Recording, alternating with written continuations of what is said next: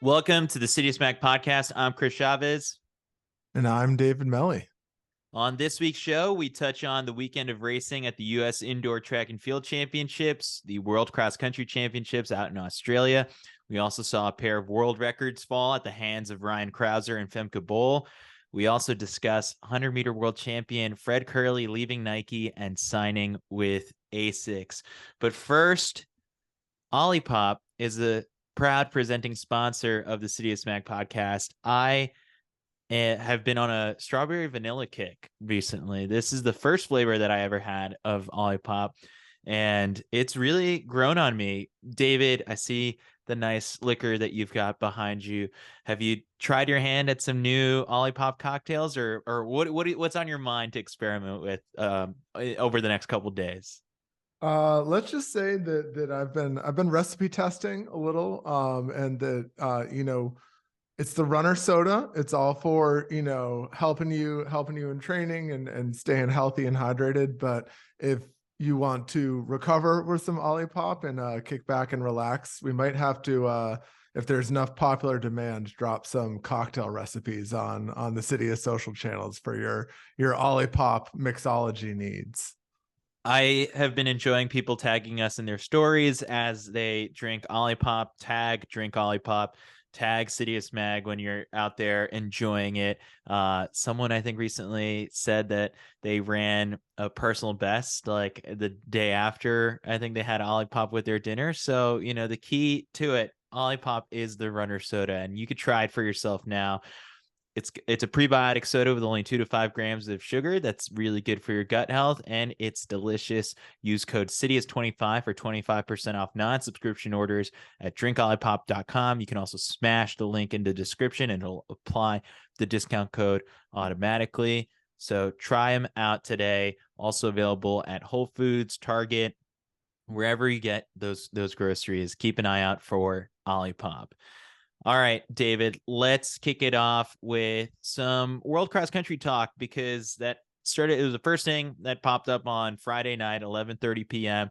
I did not stay up. It's way past my bedtime. So I had the pleasure of waking up in the morning to learn that, who was it? Kenya's Beatrice Chebet ended up winning the women's race after Letesenet Gide stumbled with like 30 meters to go in the finish line. It was a brutal video to watch, but she got, the hardest part was that she got some help from other members of the Ethiopian Federation to help her get back on her feet.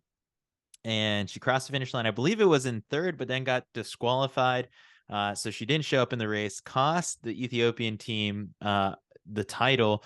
Kenya ends up taking it. Then on the men's side, we had the Ugandan cross-country team really leading the charge, with Jacob Kiplimo taking the win in 29:17. Joshua Cheptegei also on the podium in third place. Berhiru Aragawi of Ethiopia was in second place, but it was Kenya that ended up taking the men's team title.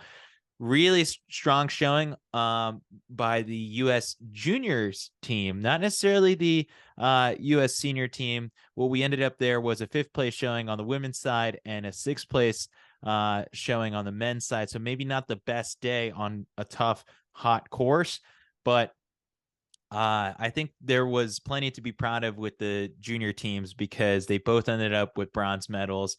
On the boys' side, Leo Young finished 16th overall. 4 of the guys were in the top 25. And then on the girls' side, it was Ellie Shea leading the charge with a 10th place finish, but Irene Riggs and Carrie Beloga ended up in the top 15 as well. It was the first medal ever for Team USA's U20 women at the World Cross Country Championships. And for the boys, it was their first medal since 1982. So that was, I guess, also in the mixed relay. It was Kenya who ended up taking the win, but the Australian team, Jess Hull, ended up having like the strongest leg of everyone, which is cool to see.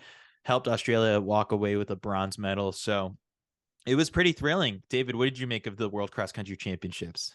Yeah, I mean, so my first takeaway is that running a trials in the mixed relay definitely pays off, because the track credentials of the Kenyan team that won were definitely not as impressive as some of the other folks in the race, but they just honestly just looked so much more comfortable out there, and they had run a trials for the mixed relay at their selection process for the overall world team. And it's a good reminder that like, track is not cross country. It's two different sports, and it really paid off for them in terms of like their ability to navigate that like pretty tricky course out there. The other big takeaway, I will say, I did stay up to watch the mixed relay, and then I watched the rest of the races the next morning. But as Kyle mentioned in the lap count yesterday, uh the broadcast was fantastic. We spent a lot of time, complaining about broadcasts, what we want to see, what we don't want to see. Like, I think that the broadcast of World Cross was the pretty much the gold standard for a great cross country broadcast. Like, they cut to overhead shots. They were really good at showing distance in between, relative people on the course. They kept you in the loop on where on the course the runners were at. They were knowledgeable. They were paying attention to more than just the folks at the front of the race. It was definitely just like such a pleasure to see like a really well produced and well broadcast race. So kudos to that whole team for making that happen. And I mean, being able to watch it on Peacock is pretty easy, pretty accessible for most people if you're a Parks and Rec fan or an Office fan as well. So yeah, definitely like major kudos for the folks setting that up, because it really, for once, I feel like I had no critiques for the quality of the broadcast. So that's got to be worth mentioning as well. I am a little disappointed that we didn't get anyone tweeting us videos of like World Cross coming on at a bar. Yeah. I guess what Right we after didn't really last call. think through was that like it was on Peacock, and so you would bank on the bar to have it, and then or at least be able to stream your phone and cast it onto a bar screen. It just sounded like a lot of work. So unfortunately, that wasn't the case this time around. So that was World Cross, and I think the most fun part to look forward to from here is that you have a lot of these stars starting to focus on their track seasons, but the Ugandan cross country team headed by Jacob Kiplimo, the world record holder in the half marathon, and Joshua Cheptegei, those two guys will be going head to head at the NYC half in just a couple weeks. So that's something very exciting on the horizon coming to the Big Apples. So I'm particularly excited by that. They just announced those fields today, which are looking pretty strong. Also in that race will be Galen Rupp, Edward Cheserek, Barry Teferi, Helen O'Beary, Molly Huddle, Des Linden, Elish McCoglin, Carolina Grovedahl, Tasha Wodak, and the list goes on and on. So NYC half, like, some people treat it as a tune-up for something like Boston or London, but we could be in for some really quality racing there, because we've seen it be fast and we've seen it be tactical. So keep an eye out. We'll preview that as it gets closer. All right, let's move.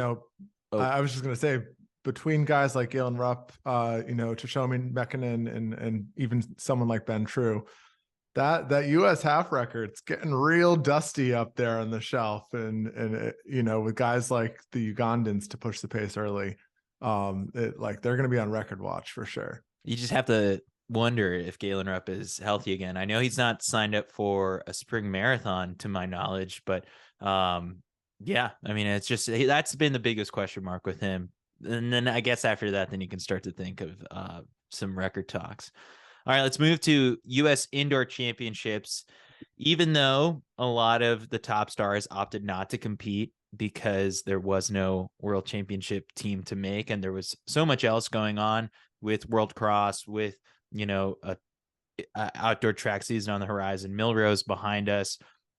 The meet was kind of saved by a lot of the top American women. It was highlighted by American records in the pentathlon by Anna Hall, American record in the women's 60 by Aaliyah Hobbs, the weight throw world record by Deanna Price. We were also treated to some thrilling finishes in the women's 1500 meters with Nikki Hiltz outkicking Sage Herta-Klecker, with Val Constein just barely edging out Whitney Morgan.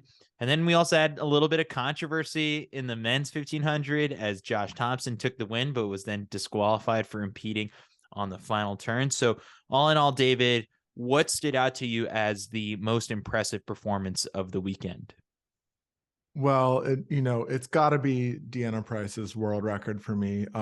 Big throws guy. Big throws guy, it.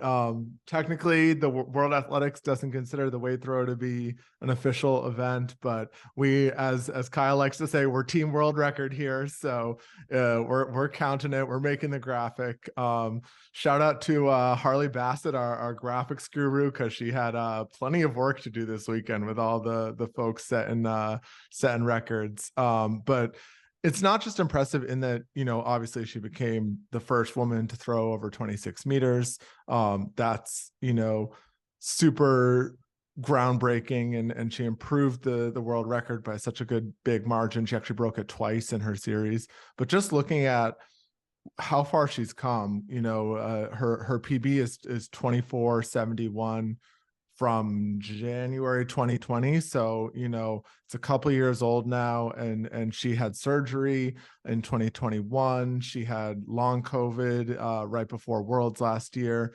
And, she definitely did not, have an easy path to the comeback. And so, particularly given the fact that she, won Worlds in the hammer throw in 2019, it'll be great to see her, come down and really kind of re-announce her return this outdoor season for sure. It's funny you brought up being on the graphics and the American and world record watch. We're recording this as the World Indoor Tour meet in Madrid is taking place, and so in just a couple moments, like, we might just scramble. We're gonna get some live reactions from because Yared Nuguse is on the track any second. So we could see something special go down. But all right, I'll bring it back to U.S. Indoor Championships as I watch this from the corner of my eye. So what stood out as the biggest performance for me, Anna Hall, I think just winning the 2 titles, it's very clear, just kind of by the disappointment that she had right after the 800 in the pentathlon, that she was very disappointed to come so close to the world record and just fall short.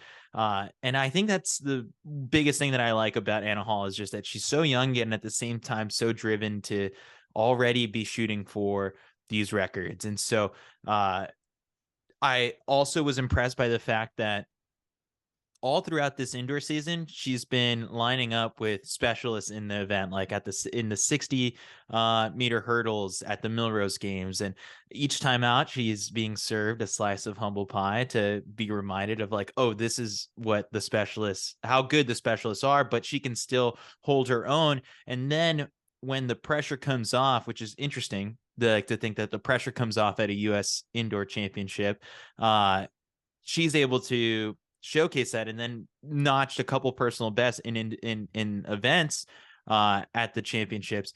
I think it's just kind of like, the limelight and the spotlight gets a little bit dimmer at the U.S. championships for the pentathlon. Not as many eyeballs, not as much crowd noise and pressure, but she still kind of delivered when that moment came up on her. And so on top of that, then just, she comes back and blazes to the 400 meter title. The biggest thing I think I took away from that is that if there's any recovery tool companies out there, get in touch with Anna Hall's agent, Paul Doyle, sort something out. She's someone you want to have on your roster, just because, like, she nailed it. I mean, like, to do those events for the pentathlon and then to come back and win the 400 was very impressive. So I'm excited for what she can put together during the outdoor season. And in particular, I remember at the very beginning of the year on her Instagram story, she posted a mood board that she'd put together. And in it like I zoomed in to make sure I was seeing this right. It said 8,000 points.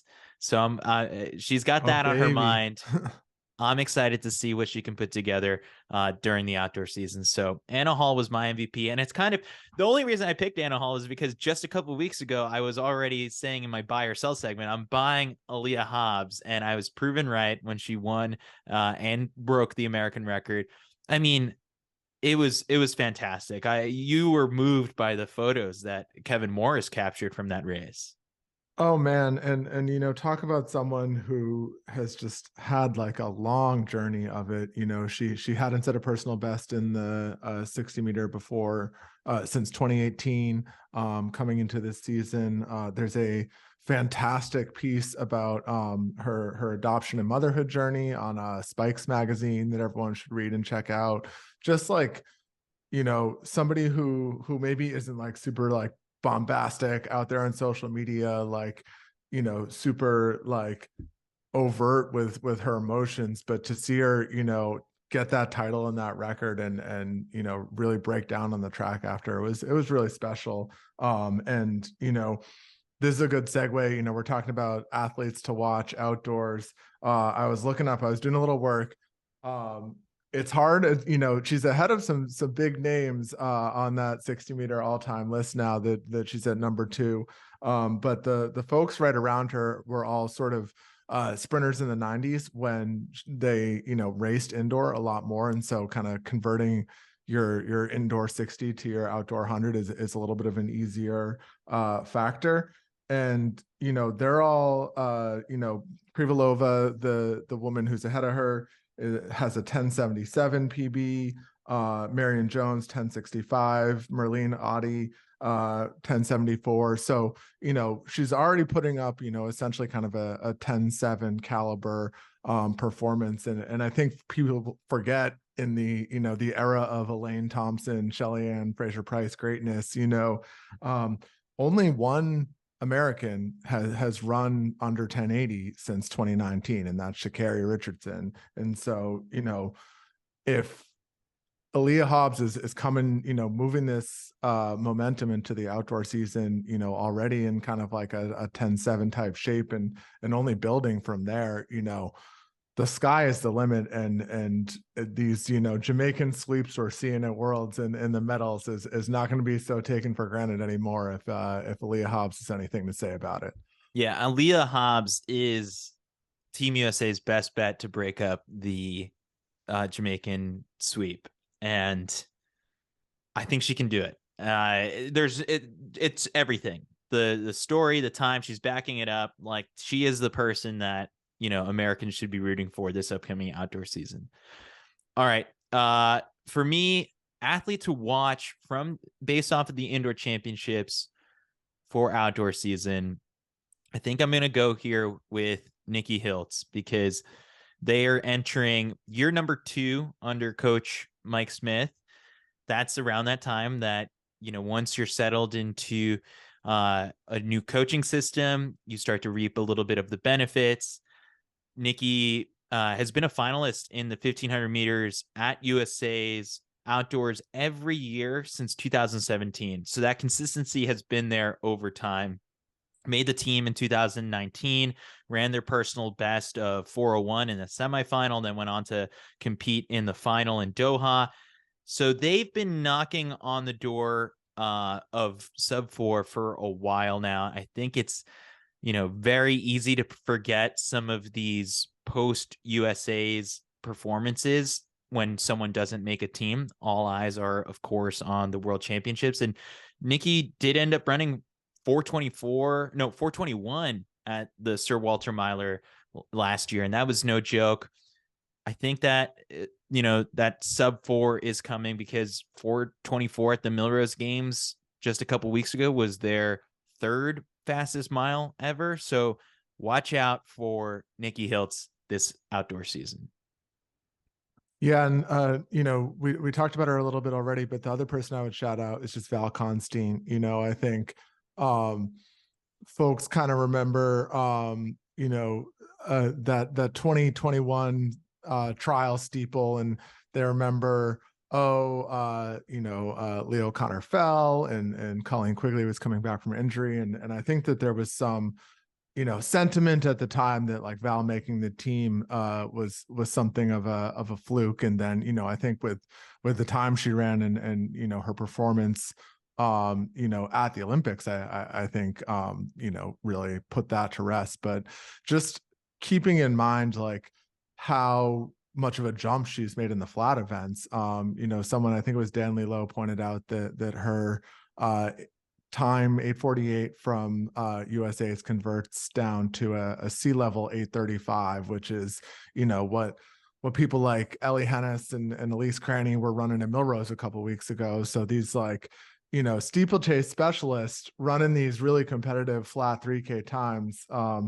It says something about where she's going this outdoor season. And I think it's not just you want to talk sponsor watch, like let's somebody get this girl to retire the Colorado uniform and put on a sponsor's kit, but also just like and setting the scene for what to look out for the outdoor season.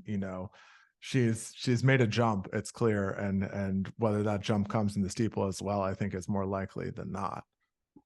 So just to close the loop on Yard Nagoose, because that race just ended. I just saw it too. Yeah. No American record, 3:33.71 for the win over Mohamed Katir. Grant Fisher, I think, finished a little further back. Yard's looking great. And so I wonder where Yakov was and what he's going to think of this one, because I think, like we said, Aaliyah Hobbs, best bet for to break up the Jamaican sweep. I think Yard is America's best bet to beat Jakob as of right now. Yeah, I mean, Katir was the silver medalist at 1500 last year, and he took him down, from the looks of it, pretty decisively, like over almost a full second. Grant Fisher ran 3:34.99, which for a guy who we think of as a 10K guy, and especially he did kind of look a little flat in that first Europe race. That's obviously a great sign that he's moving in the right direction. And again, talking about winning chances, you're going to be able to, you got to need to be able to kick with the big boys if you're going to start racking up hardware in the 5K 10Ks. So showing 3:34 indoor speed is definitely going to only help him moving forward into the outdoor season. So we didn't touch it on it in the intro, but you got a little bit of Madrid into this podcast. All right. So as we recap more things that took place this past weekend, Ryan Crouser, I did not think that we'd be talking about the Simplo games in Idaho on this podcast, but two-time Olympic champion Ryan Crouser. Let me tell you, those live results were hard to find. He launched the farthest shot put throw in history, 23.38 meters. That's 76 feet, 8.5 inches. That's farther than the previous world indoor record and farther than the world outdoor record from 2021, which is 23:37. So my favorite part of this whole thing is that he did it in front of a high school crowd. I think we've mentioned it in the past before about just how we should get creative, I think, of showcasing the elite athletes at high school events, whether that is at a high school national championship, one of the many, or at the state championships. We saw when Roisin Willis ran whatever it was, 201, 2 flat at the Wisconsin high school state championship, there were thousands and thousands of people in the stands. Yes, some of those people are the athletes competing and their families, but that's a great crowd. And so what was cool about this performance was that with a stadium full of high school kids and their parents and their coaches, now they're able to walk away thinking, one, being able to say that they saw a world record happen. Two, they now know who Ryan Crouser is and how impressive it was. And they have that context. They probably know what the kid who won the state championship or whatever, that meet in particular, they won that event as a high schooler, what that distance was versus what a professional does.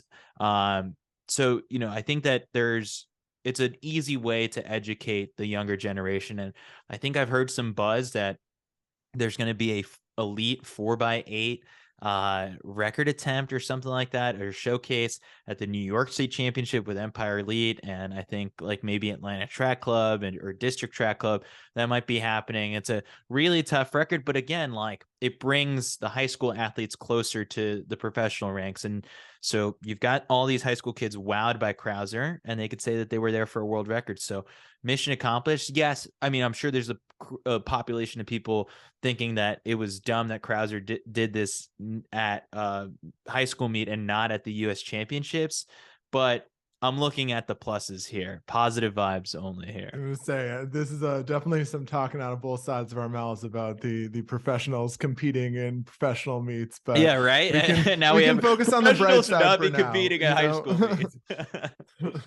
I think it's okay in like an exhibition standpoint, like and for like a standalone event, maybe like the time trials, like and stuff, like do that at a high school event or whatever it is. Maybe the off distance stuff, like the hypothetical stuff, can be at a high school event.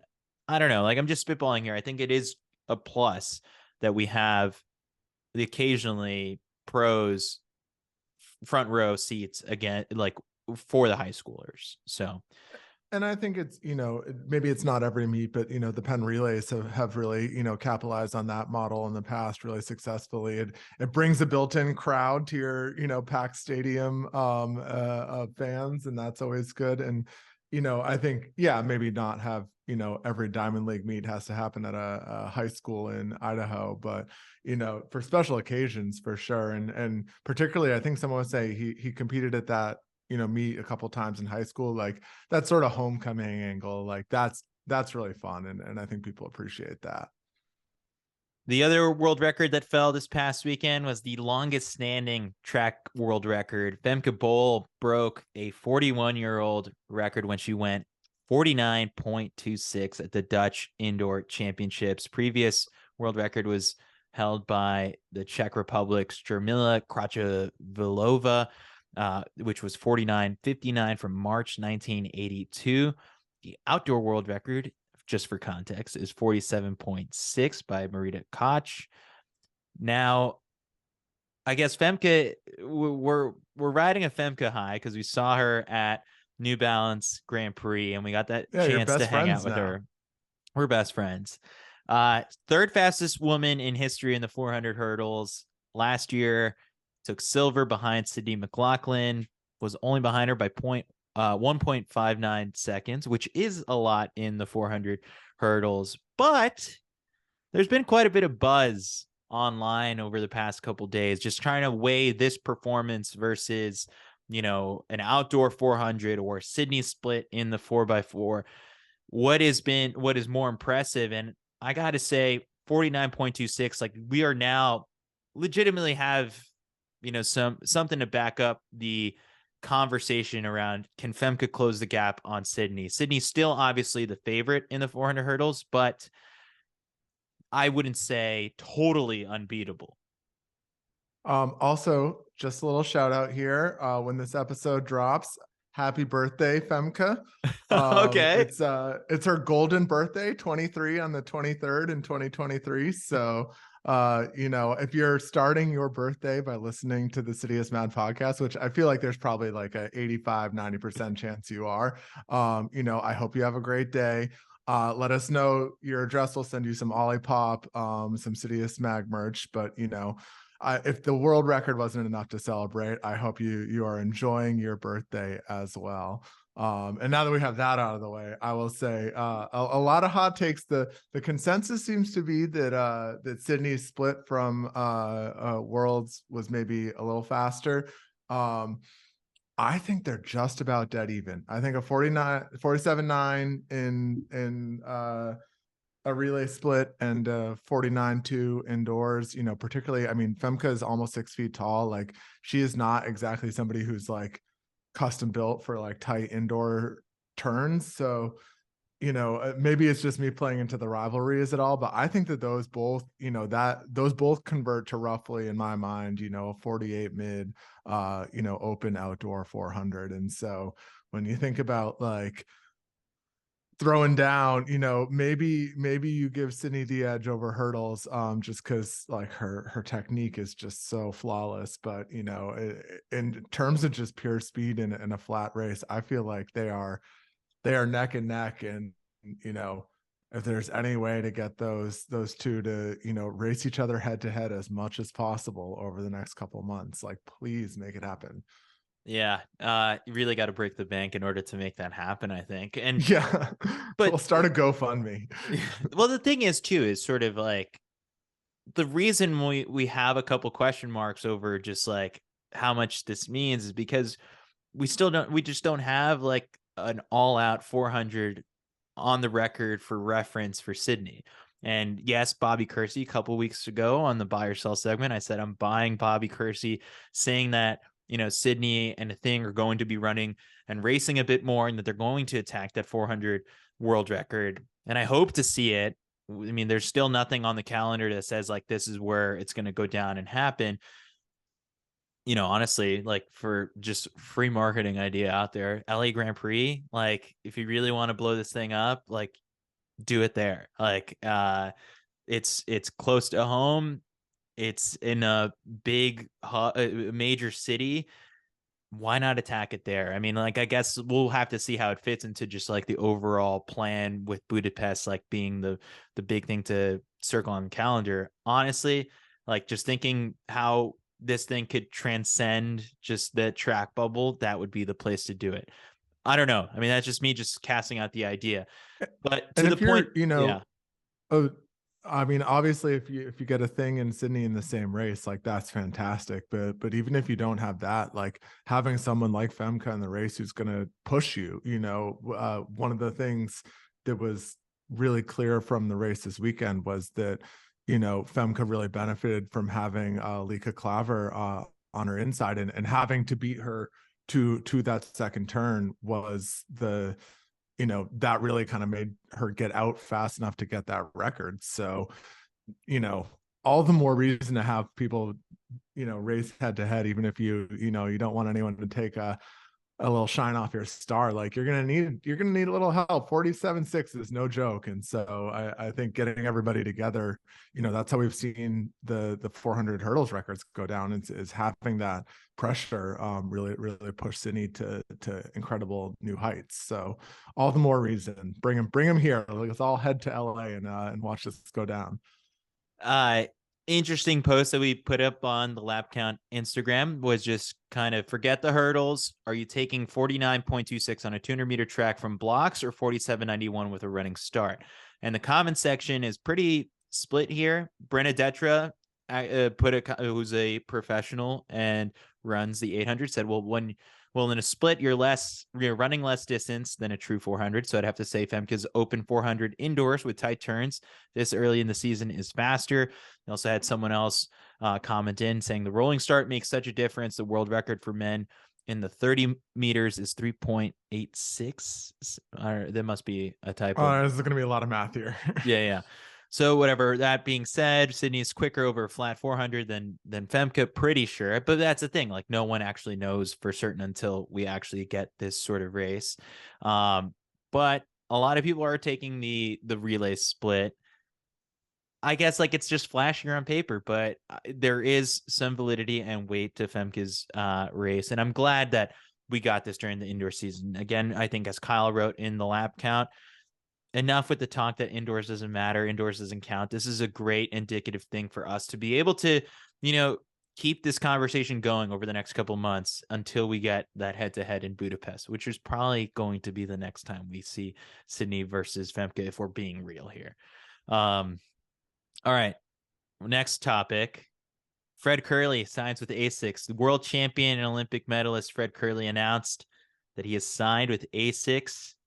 He's coming off an incredible season where we saw him lead the U.S. sweep of the men's 100 meters at the World Championships. And now he's going to be rocking new spikes, new kit, and he'll be debuting on Thursday in Australia with a 200-meter race in Melbourne.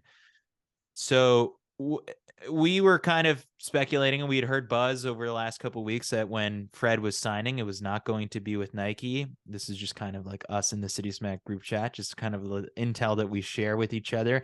We knew it wasn't going to Sources be are Nike. saying. And that it was going to be someone we didn't expect. And now this, I wouldn't say is totally unexpected, because Asics does have some sprinters, including Joseph Fonboulet, who signed last year after the World Championships. So I like this. It's something different. It shows Asics is very invested into trying something new with the sprints. Their spikes must be good. Fred is not going to downgrade from Nike spikes to something that he doesn't trust. So the product must be good. Asics is already sponsoring World Athletics, and their, logo and stuff was plastered all over the World Championships. So this is cool, because I guess for them, they invest so much in the World Championships and stuff that I think like this is also a little subtle way to market yourself when the Olympics roll around. And Asics is not like a major sponsor of the Olympics, but if you put your spikes on the fastest man and someone who could possibly win the gold medal there's going to be some good exposure. So I'm very interested to see how this is going to play out. And my other big takeaway from this is that this really does open up some doors for Fred Kerley to cash in on just the star power that he deserves. Like, the way we think of Fred in the track and field world is that he's a man that is going to achieve what he sets his mind out to do. And he's somewhat mysterious. He tweets random things out like greatness with no further context, cracks a couple jokes and some soft smiles during the mix zone after he actually gets the job done, shows up to the major races and delivers. He's got so much potential to, earn things. There's talk of a sunglasses sponsorship or a really nice watch sponsorship. And so Fred, this is his chance to really cash in on being the star that he is. I just listened to an interview that he did a couple days ago with an Australian radio station, because I'll consume any sort of Fred Kerley content that is out there. And they asked him like who his inspiration in track is. And obviously for him, he said Usain Bolt. The two of them share an agent, and I think they've, traded comments and, tweets at each other on social media. And then he starts saying is like, hopefully investment tips yeah. too. And then on the second, he was like, he starts off saying, and number two, he's like, actually, wait, there is no number two. And so it's only been Bolt for him. And Fred has got a good chance here of, filling those shoes as, track and field star that is not, struggling to make money. The buzz about this contract is obviously that it's huge, and deservedly so. And I think, it's just great for the sport to have that competition. When you envision USAs or the pre-classic, anytime these heavy hitters are lining up together, between Lyles, Coleman, Bromell, and Kerley, you now got 4 different brands that are, all in on their guy in the men's 100. And then you throw in, Jacobs in international races with Puma. There's so much that brands can do to leverage, their stars into promoting their sport. It becomes sort of a reinforcing pattern of, we're promoting the sponsor's promoting the races, and, having that sort of healthy, competition among those big brands, I think is really good. The one thing, I've got to mention, just as important, Asics athletes have been very, supportive of raising money for Mental Health Awareness Month. We've gotten Johnny Gregoric doing his Blue Jeans Mile. A couple years ago, we had Emma Bates doing her Blue Jeans 10K. Fred, I'm throwing out the challenge right now. Next April, we want to see a Blue Jeans 100, baby. Let's see the world record in the Blue Jeans 100 meters. I don't know what that is, but I'm sure that it is well within your reach. So you got a couple months to train up now. It's February, but, or is it May? I don't remember which month. May, yeah. So May, let's get that Blue Jeans 100. Let's raise some money for mental health services and awareness.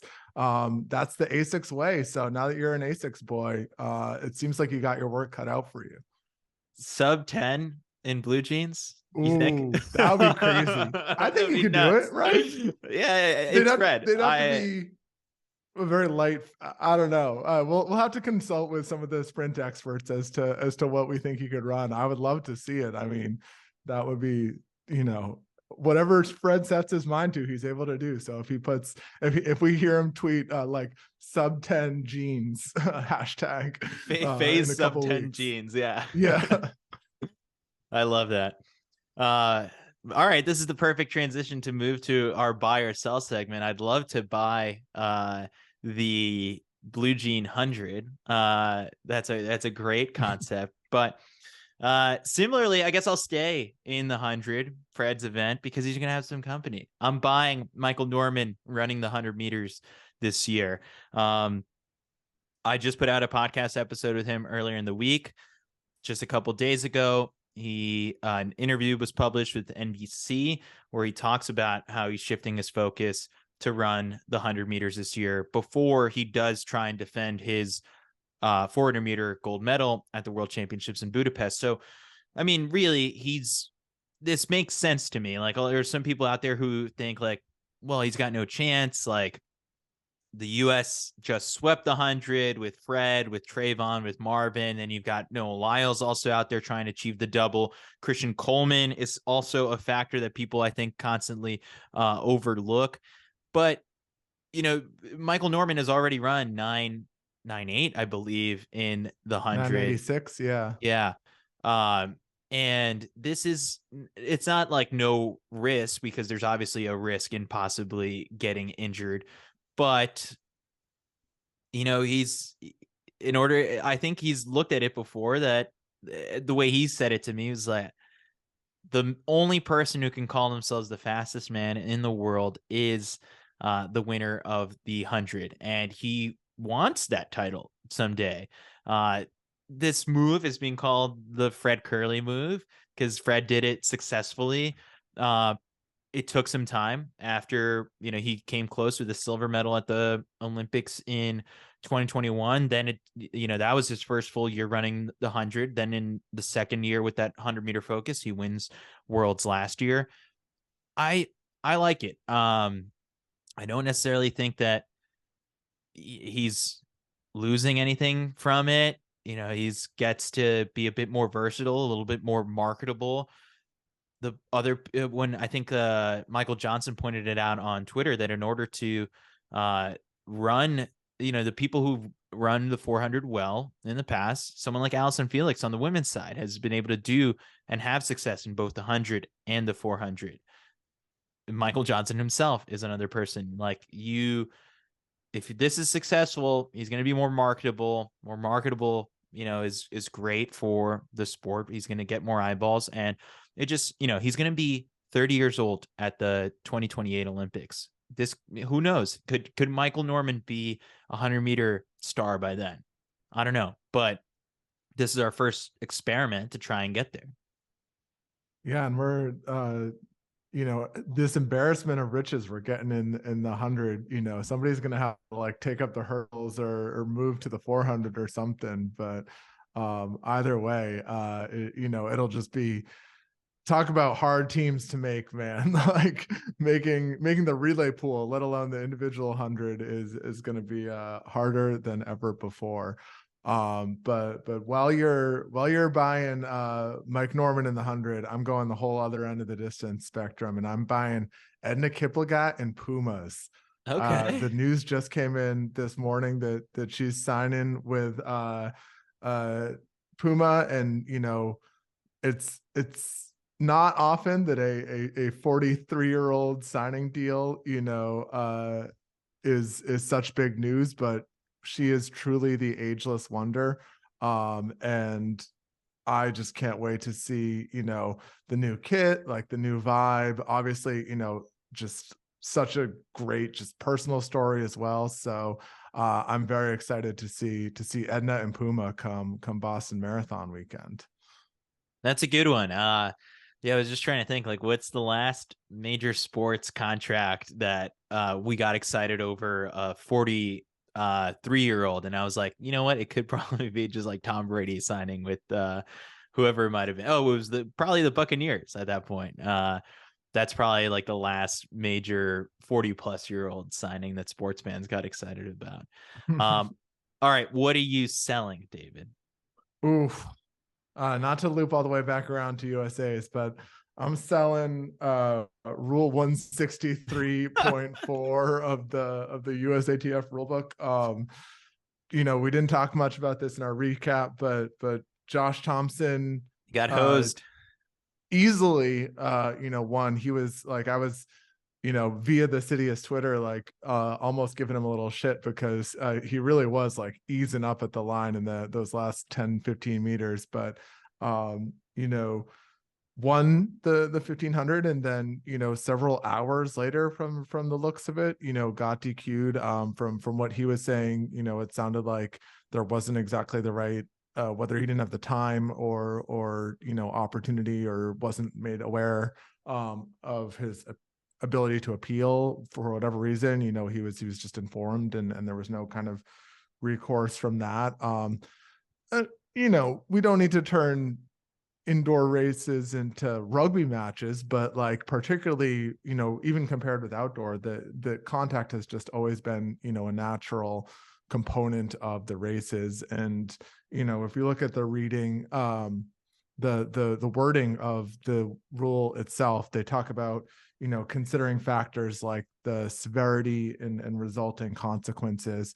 You can rewatch the replay and decide for yourself, how severe the contact was. Like, you can barely, I like couldn't even tell what they were DQing him for. But I think the resulting consequences piece, like if the consequence is like someone gets bumped from the prelims into the semis, like whatever, who cares? But like, there's got to be a really high burden of proof for like stripping someone's US title away. And I can't in a million years envision that they cleared that with, whatever footage they were reviewing after the fact.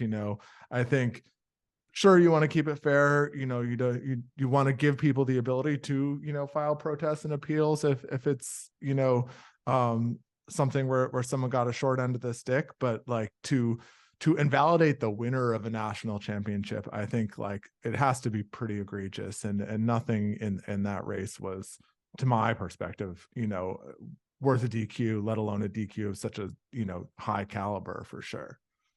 Mac Fleet was up in arms. If you look at his Twitter feed, and we were, subject to many texts from Mac of just him just kind of, doing X's and O's and like drawing on, the video and stuff. I wish we could show you all that, but that footage is kind of we were not allowed to post it. So we could really break it down for you in detail, but Mac was not too happy about this one. And what was your other kind of hot take, is that you don't think that we should be able to start another of the next event at a US championship or at a championship until the results go final for that race? Was it you that was thinking That wasn't me that said that. I got some questions about the TV window. I know, that's what I was gonna say. It was like, but because like if you think yeah. about it, like a play is under review in football, and it's like you're not gonna keep the game going until that's finalized. A lot of people tuned out of the broadcast, and now they're just going about the rest of their day thinking that Josh Thompson is the US 1500-meter champion, and it's not. That's Sam Prakel, and that unless they're keeping up with the news and they're following CITIUS Mag on social media, then they may not know. They're misinformed out there. And so I did see someone, it was not you, but someone did say, is that you should not be allowed to, move on with the meet until that result goes final, which is like, it could take a while.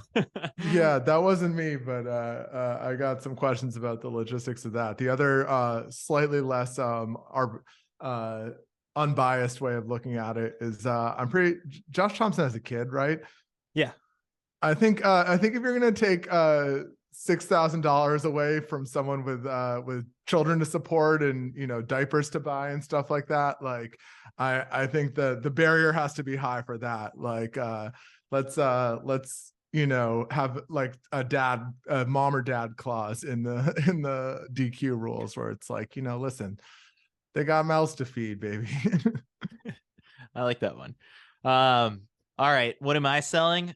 I am selling a studio apartment in Queens, New York, but I might just have to sell my home, everything. With a contract with Fred Kerley's new contract with Asics. I'm sure he's going to be buying a lot of land. Investing in land.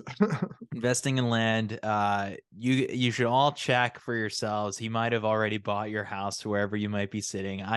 I'm pretty sure he's bought everyone's place at this point. So selling land to Fred Kerley. Fred, if you're listening, you got to get your real hit me estate up. license and start getting commission for Fred's land investments. That's the move. Yeah, Fred Kerley, get in touch with Pat Price. Pat Price will take care of mortgages and all that stuff for you. Yeah, so that does it. I guess inside CITIUS Mag, what else we got? We had an interview with Mike Norman on this podcast feed earlier in the week. I believe we're going to have an episode of More Than Running with Dana coming out fairly soon. This weekend, I think not too many of us will be hitting the road. David, you might be at the I'm BU gonna swing by Last Chance BU. meet. Yeah, see who I can talk to there. See who's throwing down. We don't have a entry list to my knowledge yet, so stay tuned on that. But if you're listening to this on Thursday afternoon, the Marie Plant meet in Australia already took place this morning, but you can catch, I'm sure, a replay online. The Birmingham World Indoor Tour meet is on Saturday at 9 a.m. Eastern Time. We'll have our Europe correspondent Alicia in the mix zone for that meet. You can watch the meet. We're getting a women's world record attempt in the 1K from Laura Muir, so that's right. That will be one to tune into as well. The USATF Half Marathon Championships are going to be taking place in Fort Worth, Texas, but actually I will be at a different half marathon. I'll be in Atlanta for the Publix Atlanta Half Marathon on Sunday morning, and you can watch that one for free on the Atlanta Track Club YouTube channel. I'll be on the mic alongside Carrie Tollefson, and we're going to have Allie Feller from the Allie on the Run podcast as our sideline correspondent.